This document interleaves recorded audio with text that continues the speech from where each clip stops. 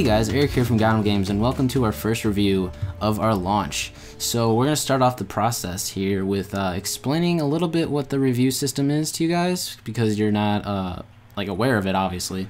So I'm going to let you guys know. And as far as it goes for Kevin and I, we're both going to be doing reviews, and we're going to be alternating weekends, so it's a less of a workload for both of us, but we still get the same amount of content out to you guys.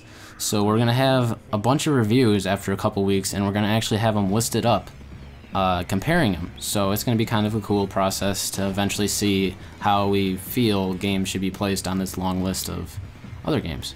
So today I'm going to be reviewing Portal 2, which is a damn good game, and I enjoyed it a lot. If that's a hint to what the score will be, I don't know, but we'll find out.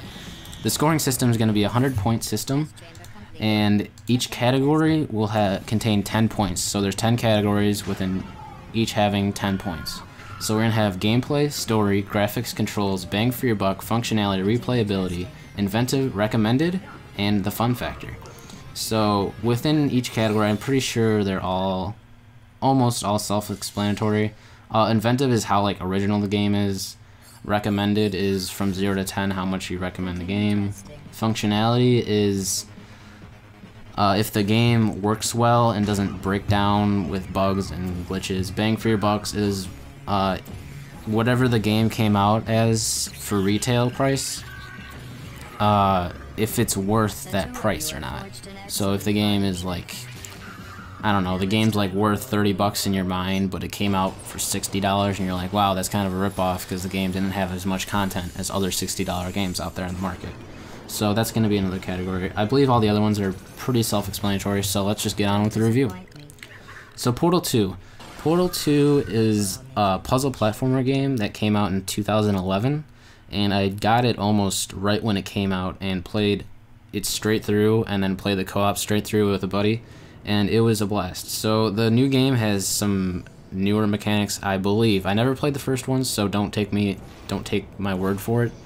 But the new mechanics were the speed, all the gels, which were speed gel, jump gel, and then the surface gel, which help you make portals on objects that you previously weren't able to.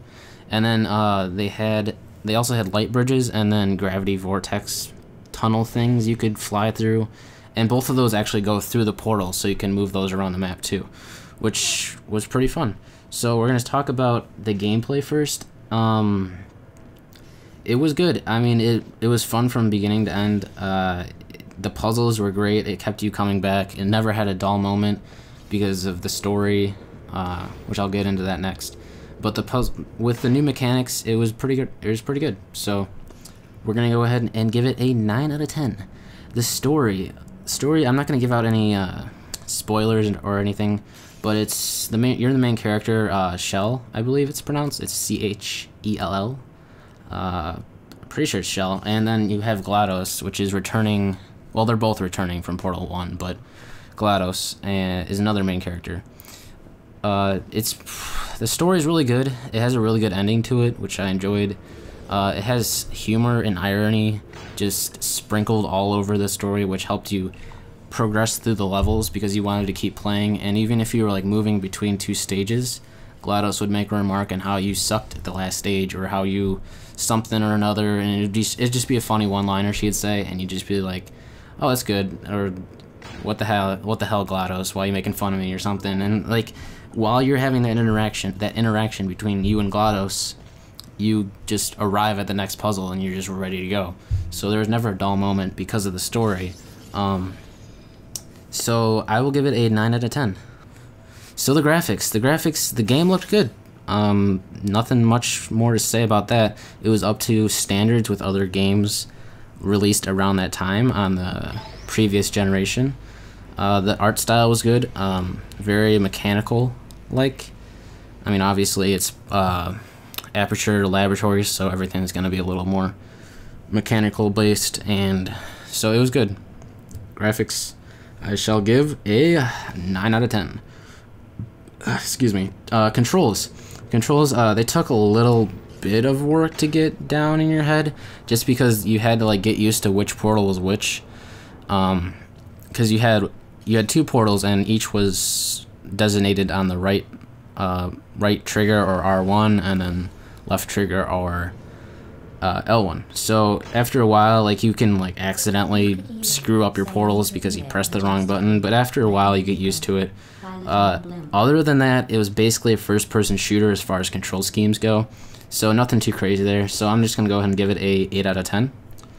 Next, we're gonna do functionality. So the game I played it from beginning to end with basically flawlessly. So there was no bugs, there was no glitches. I never encountered anything that screwed up the game at any point, so I'll have to go ahead and give that a 10 out of 10. Bang for your buck.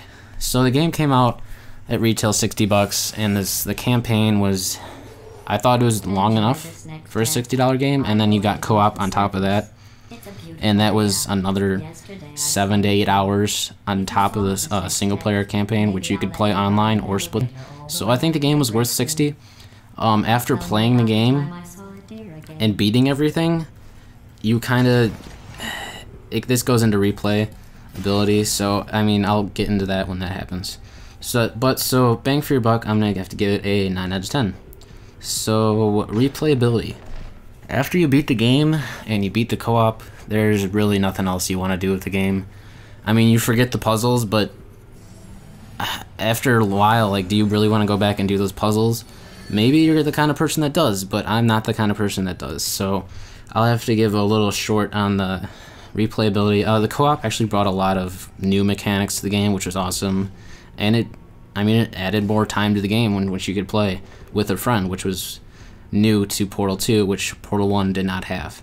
So co-op was awesome. It got extremely difficult at times toward the end of stages where you weren't actually located within Aperture laboratories. So when you're in the real world scenarios where you had to do a certain task for GLaDOS, you couldn't put portals in certain places where you think you could, or you look at a surface like, oh, I can't put a portal there, and you just give up and don't do it, but then you wind up finding out you could have, and it's just a lot of downtime. I had to look up a lot of walkthroughs actually, which was kind of a bummer, but I got through it and it was a good time. I mean, the story in the co-op was actually pretty good for a co-op storyline, I guess you could say. So I'll have to give replayability a little bit lower on the scale, just because after you play it all, it's why go back, really. So it's going to be a 7 out of 10. How original was the game? Very. So 10 out of 10. Next will be, would I recommend the game? I don't know. Yes, I would recommend the game. If you're a gamer and haven't played the game, go buy the game and play the game, please, because you're missing an experience that was very unique and original and was fun from beginning to end. And like right now, it's like cheap. It's like $20 maybe you can find it. So just go get it. It's definitely worth it. And as I said before, it was worth $60. So just go get it, play it through. You will not be disappointed. And then last but not least, the fun factor. Like I said, it was fun from beginning to end. There was no reason to think it wasn't fun. There was no shortage on puzzles that kept you intrigued throughout the whole game. And between the bickering of GLaDOS and just trying to think through these puzzles and then just not getting it for a while, and then like the game had a way of rewarding the player when they actually complete the level that I haven't seen within a game. Like they don't actually give you like physical in-game items that make you better, but like after you beat the level, you're like, hell yeah, beat the level, fuck yeah, we got through this. And like you just think you're accomplishing a lot more than just finishing a puzzle. So it's just the way the progression through the game is done really well.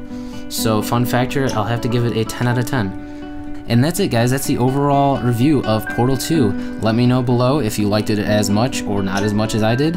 And I'll see you guys next time on GotEmGames Reviews.